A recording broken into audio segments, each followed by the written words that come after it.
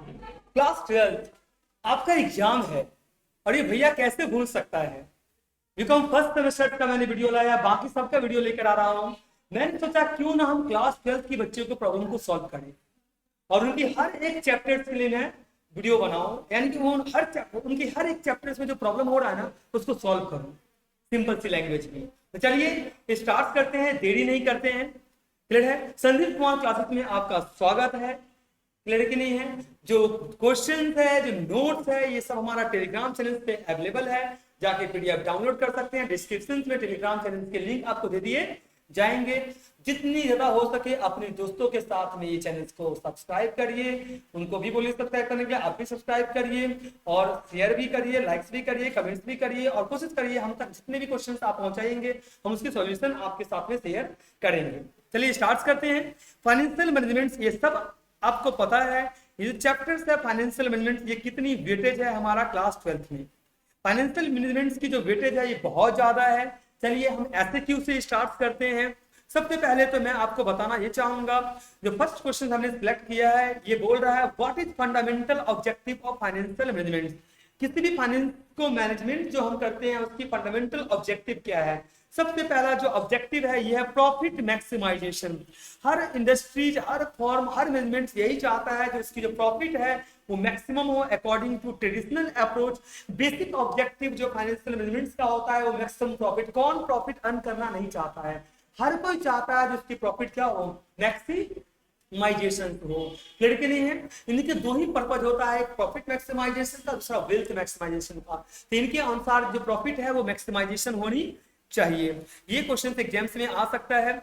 दूसरा है what is working capital. Day to day operation को अगर चलाना है और बिजनेस को, एक्टिव बिजनेस को चलाना है, पार्टिसिपेट करना है, रेवेन्यू जनरेट करना है, तो डे टू डे ऑपरेशन को चलाने के लिए वर्किंग कैपिटल की जरूरत पड़ता है। यानी सिंपल वर्ड में अगर मैं आपको ये बोलूं, जब आप एक बाइक परचेज करते हैं फ्यूचर में रेवेन्यू अर्न करने के लिए, तो ये जो बाइक है ये फिक्स एसेट है, लेकिन उस बाइक को चलाने के लिए पेट्रोल की रिक्वायरमेंट होती है। तो पेट्रोल जो है वर्किंग कैपिटल है। डे टू डे ऑपरेशन को चलाने के लिए जिस कैपिटल की रिक्वायरमेंट होती है उसे हम वर्किंग कैपिटल बोलते हैं। Like raw materials to finish goods, यानी कि रॉ मटेरियल्स को हम प्रोसेस में डालेंगे, फिर फिनिश गुड्स बनाएंगे, फिर डेटर्स को बेचेंगे, उससे कैश लेंगे, ये प्रोसेस चलता ही रहेगा। क्लियर कि नहीं है? नेक्स्ट क्वेश्चन चलते हैं। Define fix assets. Fix assets क्या है ये समझ लीजिए। फिक्स एसेट्स एक ऐसा एसेट्स है जिसको परमानेंटली बिजनेस में यूज करने के लिए आप परचेज करते हो, जिससे फ्यूचर में आपको बेनिफिट्स मिलता है, रेवेन्यू आपके द्वारा जनरेट किया जाता है। जिस एसेट्स को एक्वायर करने के बाद हम उससे आने वाले कई सालों तक रेवेन्यू अर्न करते हैं, ऐसे एसेट्स को हम फिक्स एसेट्स बोलते हैं। ये एक तरीके का लॉन्ग टर्म इन्वेस्टमेंट होता है जो मोर देन 1 ईयर के लिए किया जाता है। चलिए नेक्स्ट क्वेश्चन की तरफ चल रहे हैं।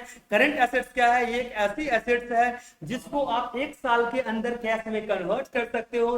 बेसिकली सबसे कम समय में जो लिक्विड में कन्वर्ट होता है, यानी कि कैश में कन्वर्ट होता है, ऐसे एसेट्स को हम करंट एसेट्स बोलते हैं। क्या बोलते हैं?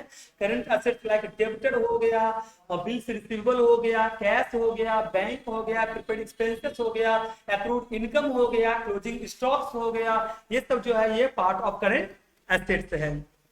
दो एग्जांपल दीजिए लिक्विड कैपिटल का। लिक्विड कैपिटल का मतलब है जो बहुत ही जल्दी किस में कन्वर्ट हो जाए, कैश में कन्वर्ट हो जाए। तो कैश में कन्वर्ट होने वाला सबसे पहला जो आइटम आता है वो कैश इन हैंड आता है, जो हमारे पास में कैश के रूप में पड़ा हुआ है। और दूसरा जो हमारे पास में पड़ा हुआ है कैश इन हैंड है।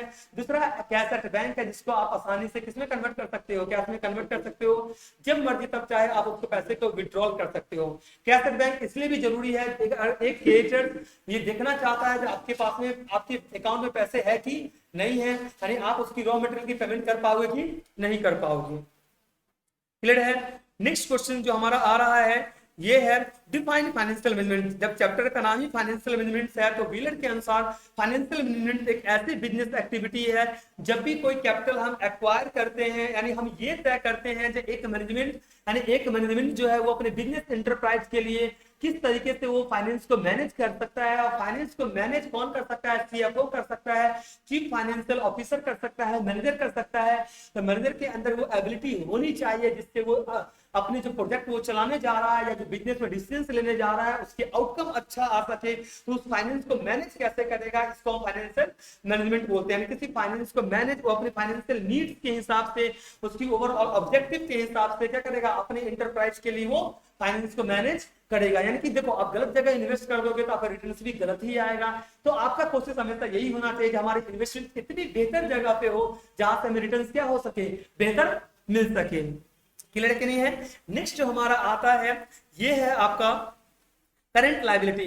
करंट लायबिलिटी यानी कि एक ऐसी लायबिलिटी जिसको आप फ्यूचर में पे करने वाले हो, विद इन 1 ईयर के अंदर जो लायबिलिटी आप पे करोगे, ऐसे लायबिलिटी को हम करंट लायबिलिटी बोलते हैं। लायबिलिटी का मतलब होता है रिस्पॉन्सिबिलिटी। जब आप किसी से सर्विस लेते हो तो आपको आने वाले वक्त में उसकी पेमेंट करनी पड़ती है, इसे हम लायबिलिटी बोलते हैं। और समझ लीजिए, एक एग्जांपल लेता हूं, outstanding expenses due but not paid. यानी किसी इंप्लॉई ने मेरे लिए सर्विस दिया या किसी लेबर ने मेरे लिए सर्विस दिया, उसको मैंने अभी तक पे नहीं किया है, तो मेरे लिए लायबिलिटी हो जाएगा। विद इन 1 ईयर के अंदर मैं उसको रीपेमेंट करूंगा, यानी कि उसको मैं रीपेमेंट नहीं बोलूंगा, मैं उसको पेमेंट करूंगा। क्लियर कि नहीं है? तो ये क्या है, करंट लायबिलिटी है। क्या है करंट लायबिलिटी? जो पेमेंट आपके द्वारा फ्यूचर में किया जाएगा नॉर्मली विद इन 1 ईयर के अंदर, इसे हम करंट लायबिलिटी बोलेंगे। एसेट्स मिक्स क्या होता है आप समझिएगा। जब आप डिफरेंट टाइप्स ऑफ एसेट्स में इन्वेस्टमेंट करते हैं ना, तो उसे हम एसेट्स मिक्स बोलते हैं। जब आप अलग अलग एसेट्स में इन्वेस्टमेंट्स करते हैं तो उसको हम एसेट्स मिक्स बोलते हैं। क्लियर कि नहीं है? Next question number 9, fundamental objective क्या फाइनेंशियल मैनेजमेंट का? मैं तो बोला 2 ऑब्जेक्टिव मेन है, एक है प्रॉफिट मैक्सिमाइजेशन, दूसरा है वेल्थ मैक्सिमाइजेशन। 2 एग्जांपल बताइए फिक्स एसेट्स का जिसकी एसेट्स की लाइफ मोर देन 1 ईयर हो। एक लैंड है, दूसरा मशीनरीज है, और मैं बोल रहा हूँ फर्नीचर है, फिक्सचर्स है, प्रीमाइसेस है, कंप्यूटर्स बोल सकते हो, कार बोल सकते हो। ये सब फिक्स एसेट्स का एग्जांपल है जिस एसेट की लाइफ मोर देन 1 ईयर है, जिसको मोर देन 1 ईयर यूज करके हम रेवेन्यू जनरेट कर सकते हैं। फाइनेंशियल प्लानिंग क्या? फाइनेंशियल प्लानिंग प्रॉपर है जहां पर हम ये सुनिश्चित करते हैं कि किस तरीके से फाइनेंस को मैनेज किया जाएगा।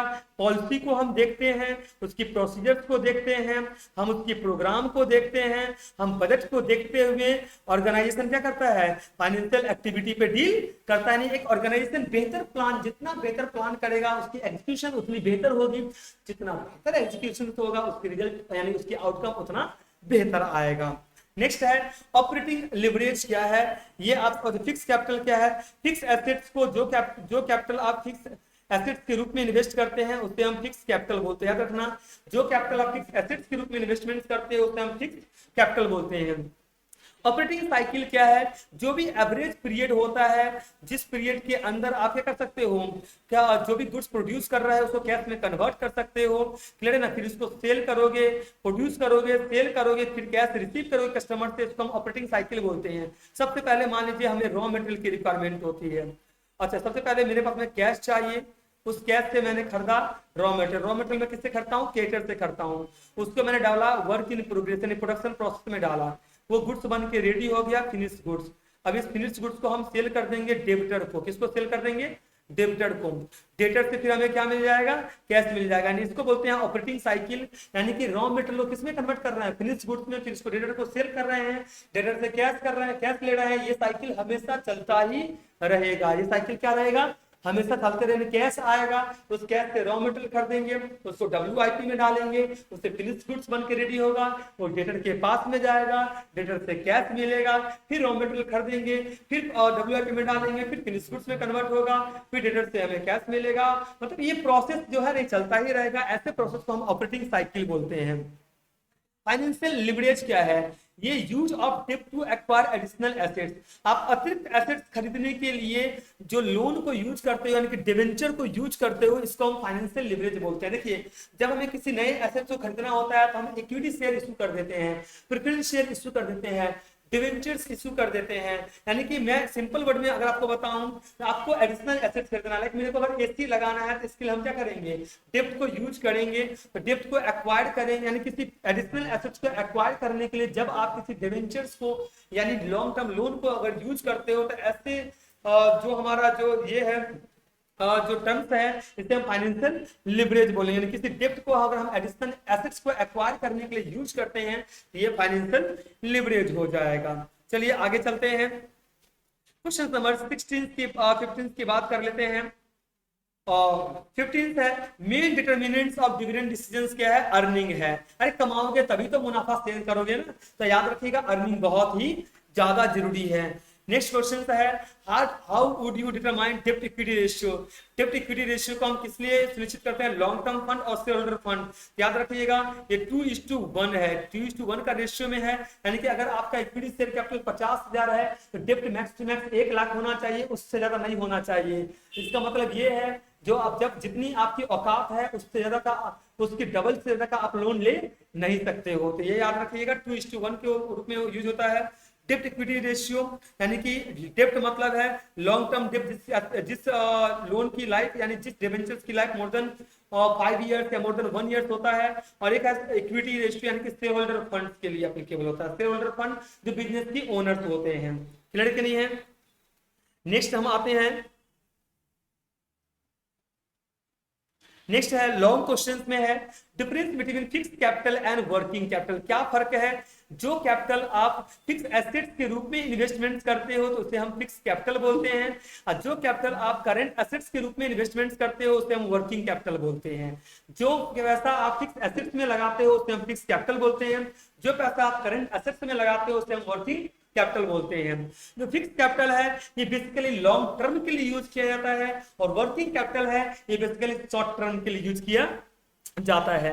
अच्छा, फिक्स कैपिटल फिक्स एसेट्स को खरीदने के लिए यूज होता है, और जो वर्किंग कैपिटल है ये करंट एसेट्स को बाय करने के लिए यूज किया जाता है। क्लियर है कि नहीं है। चलिए नेक्स्ट है जो भी अमाउंट आप मोर देन 1 ईयर के लिए लगाते हो, सिंपल सी बात है उसे हम क्या बोलते हैं, फिक्स कैपिटल। और जो भी अमाउंट आप फिक्स कैपिटल में लेस देन 1 ईयर के लिए लगाते हो उसे हम क्या बोलते हैं, वर्किंग कैपिटल। सर समझिएगा, ये आप इस तरीके से समझ लीजिए, अगर आज आप एक फिक्स एसेट खरीदते हो, अगर आज आप एक फिक्स एसेट खरीदते हो तो उस एसेट का यूज क्या है, किसी देखो एसेट्स खरीदने से कुछ होगा तो नहीं, उसको एसेट्स को खरीदने के बाद हमें क्या करना पड़ेगा, उसको यूज करने के लिए लेबर को डालना पड़ेगा, उसमें रॉ मटेरियल खरीदना पड़ेगा, तो इसमें तो वर्किंग कैपिटल की रिक्वायरमेंट होना ही होगा। क्लियर कि नहीं है। तो याद रखिएगा वर्किंग कैपिटल से ज्यादा पैसा जो लगता है उसे हम फिक्स कैपिटल बोलते हैं, और फिक्स कैपिटल से कम पैसा जहां लगता है उसे हम वर्किंग कैपिटल बोलते हैं। क्लियर कि नहीं, मैं रिपीट कर देता हूं, और वर्किंग कैपिटल से ज्यादा जहां पर हम इन्वेस्टमेंट्स करते हैं उसे हम फिक्स कैपिटल बोलते हैं। वर्किंग कैपिटल से जहां पर हम कम इन्वेस्टमेंट फिक्स कैपिटल से जहां हम कम इन्वेस्टमेंट्स करते हैं उसे हम क्या बोलते हैं बच्चों, उसे हम वर्किंग कैपिटल बोलते हैं। लाइक मान लीजिए डे टू डे ऑपरेशन के लिए 1 लाख रुपया लग रहा है, लेकिन किसी ऐसे में खरीदने के लिए 10 लाख रुपया लग रहा था। 10 लाख रुपया फिक्स कैपिटल है और 1 लाख रुपया वर्किंग कैपिटल, यानी कि फिक्स कैपिटल वर्किंग कैपिटल से क्या है, ज्यादा है।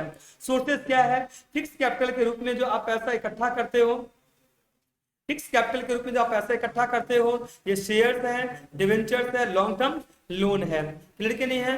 वर्किंग कैपिटल के रूप में जो इकट्ठा कमर्शियल बैंक है, पब्लिक डिपोजिटर है, क्रेडिटर्स है, इन सब के सोर्सेज से हम क्या कर सकते हैं, वर्किंग कैपिटल इकट्ठा कर सकते हैं।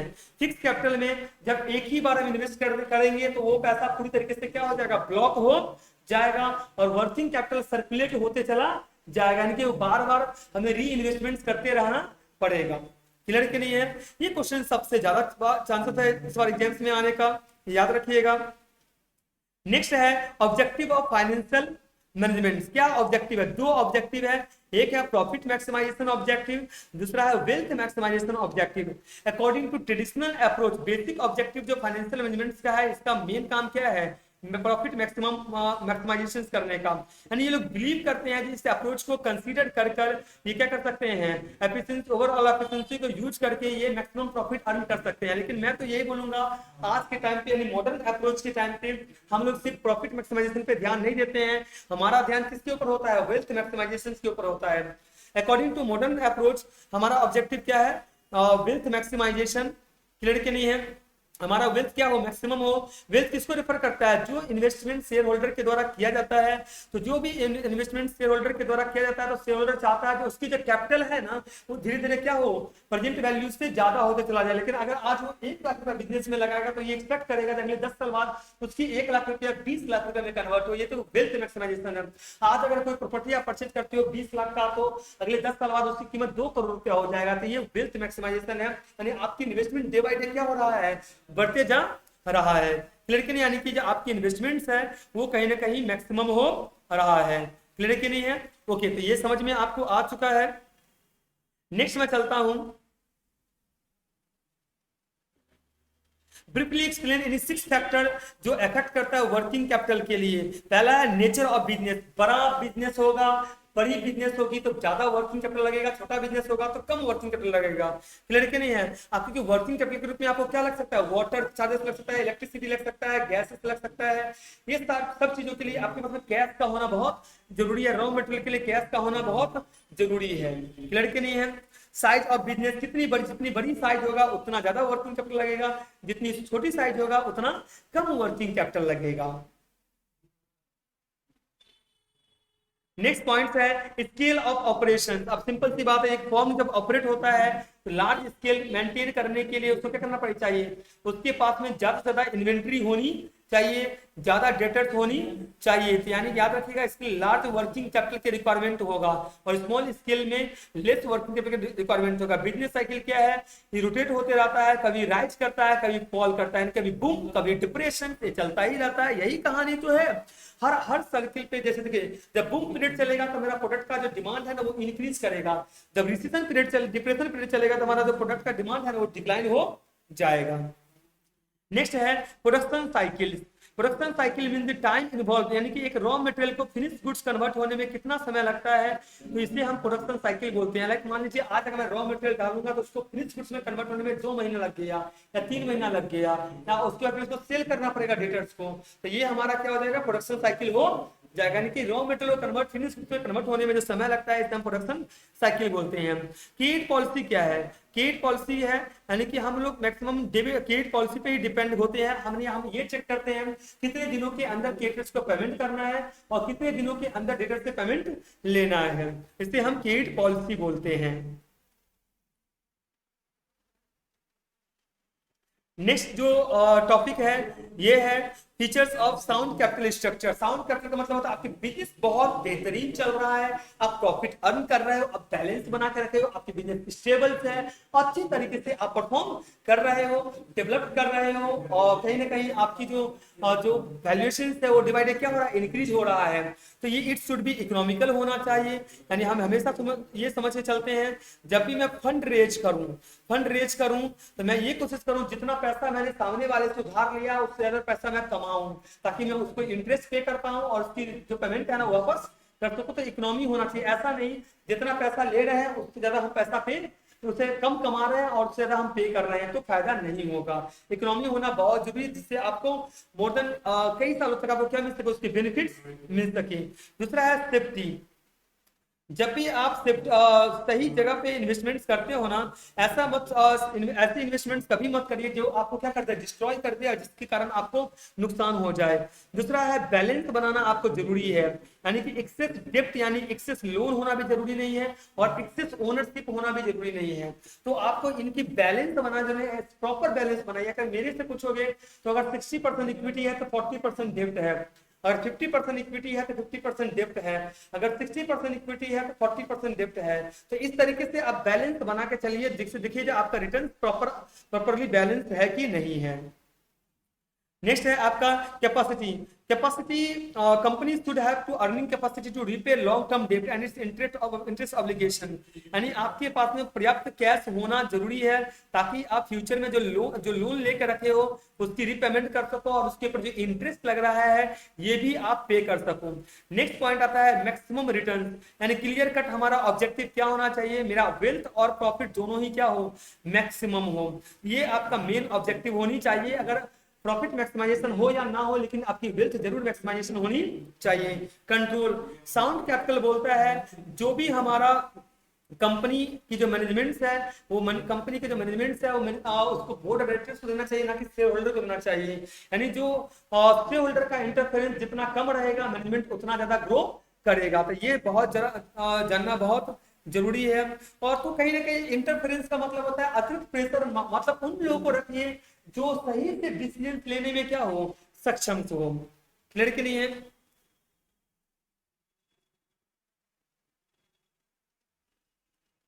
नेक्स्ट है discuss the importance of financial planning. सबसे पहला प्रिवेंशन ऑफ सरप्लस।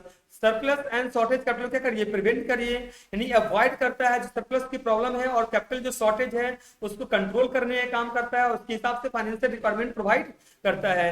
जो कॉस्ट ऑफ कैपिटल है, जब आप फंड रेज करते हो उसके लिए जो इंटरेस्ट पे करते हो, डिविडेंड पे करते हो, मिनिमम होनी चाहिए। कोऑर्डिनेशन करना पड़ेगा, डिफरेंट डिपार्टमेंट, ईगो को साइड रख के काम करना पड़ेगा ताकि आप बेहतर तरीके से ग्रो कर सको। लिक्विडिटी इंश्योर करना पड़ेगा ताकि आप ऑप्टिमम यूज कर सको, सैलरी प्रोवाइड कर सको, या बाकी जो भी खर्च है डे ऑपरेशंस के लिए उसको आप बियर कर सको।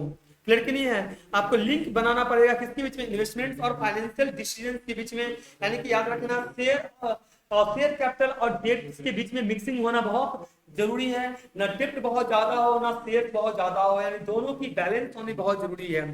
नेक्स्ट है आपका जो भी फंड आपके पास में उसको स्मूथली यूटिलाइज करिए। आप कोशिश करिए जो भी सरप्लस फंड है वो बेस्ट पॉसिबल वे में यूटिलाइज हो रहा है कि नहीं हो रहा है।